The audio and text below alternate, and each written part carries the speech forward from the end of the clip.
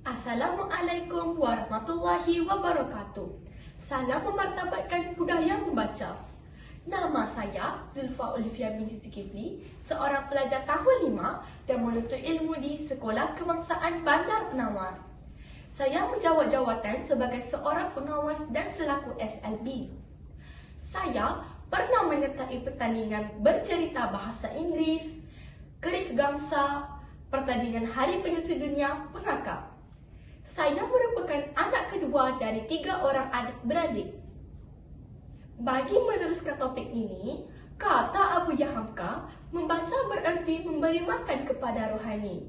Kata Joseph Allison pula, membaca adalah penindasan bagi meraih kehidupan sempurna. Ungkapan kata dari dua tokoh hebat ini memberi saya motivasi dan menyuntik semangat saya untuk membudayakan amalan membaca. Buku yang bertajuk Masa Peliharalah karya Dr. Zulkifli Muhammad Al-Bakri menjadi pilihan saya. Beliau merupakan menteri di Jabatan Perdana Menteri dalam hal ehwal agama.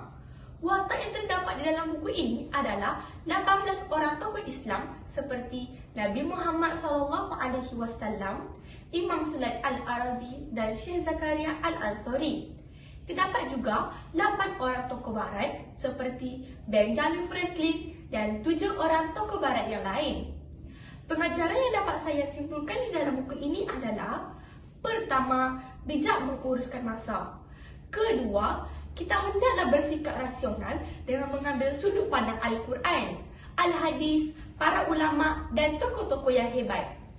Ketiga, kita hendaklah bersyukur dengan mencontohi cara untuk menghebat dunia dengan menguruskan masa dan mengaplikasikannya di dalam kehidupan seharian. Selain itu, terdapat beberapa nilai yang telah saya perolehi. Pertama, bijak mengurus masa. Kedua, nilai rasional. Ketiga, nilai kesyukuran. Di samping itu, isu semasa yang sering dikaitkan dengan realiti masyarakat kini dapat mencentil sikap masyarakat yang tidak endah akan pengurusan masa. Cembur kesumbar di tepian kari, berkicau ria si burung kenari, ilmu ditimba buku digari, generasi terbilang minda bestari. Seterusnya, saya telah memilih soalan yang pertama. Soalannya ialah kemerosotan kualiti alam sekitar yang disebabkan oleh sikap manusia yang tidak mempunyai nilai murni dan tanggungjawab terhadap pemeliharaan dan pemuliharaan alam. Keadaan ini memberi kesan yang serius terhadap keseimbangan ekologi dunia. Jelaskan kenyataan ini dengan memberi contoh-contoh yang sesuai. Secara umumnya, pencemaran alam sekitar boleh didefinisikan sebagai sesuatu perkara yang mengotorkan alam sehingga berupaya menjejaskan ekosistem di muka bumi ini. Terdapat beberapa punca, kesan dan langkah yang boleh dilaksanakan bagi mengelakkan pencemaran alam sekitar ini terus berlaku. Antara sebab pencemaran alam sekitar ini berlaku adalah disebabkan oleh tangan manusia itu sendiri seperti pelepasan nitrogen, sulfur dioksida, hidrokarbon, karbon dioksida yang telah membawa kesan sampingan terhadap persekitaran. Contohnya daripada industri perkilangan seperti kilang baja, kilang kimia, kilang getah, kilang kelapa sawit dan lain-lain. Selain itu, pelepasan asap dari kenderaan bermotor juga adalah salah satu punca berlakunya pencemaran alam sekitar, sekaligus memberi kesan yang serius terhadap keseimbangan ekologi dunia. Pembakaran bahan api fosil seperti minyak petrol, diesel dan sebagainya adalah daripada kenderaan bermotor yang menghasilkan gas monoksida, nitrus oksida, hidrokarbon yang membawa kepada pencemaran udara.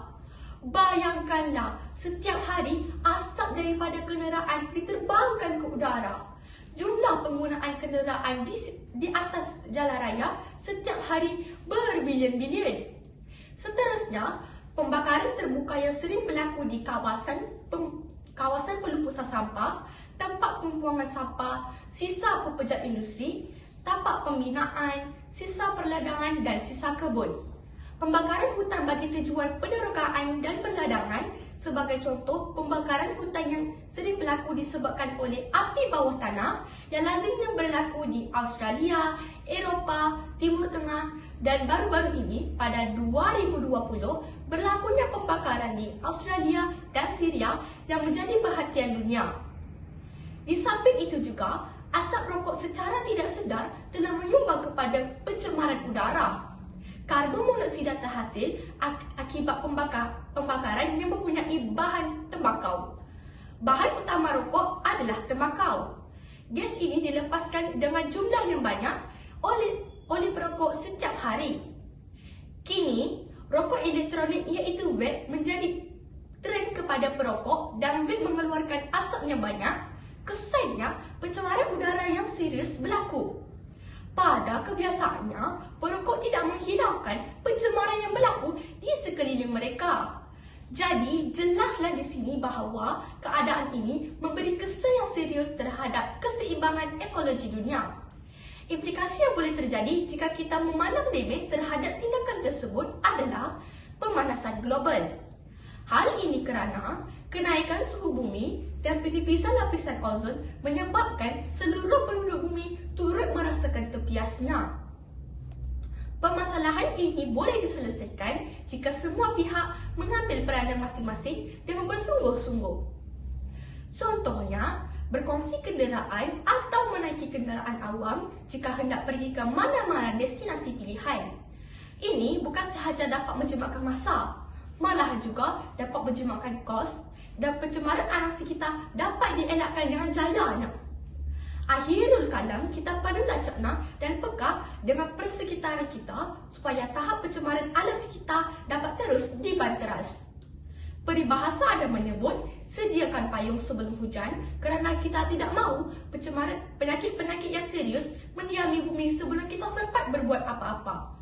Sekian, wabillahi taufiq wal hidayah. Wassalamualaikum warahmatullahi wabarakatuh.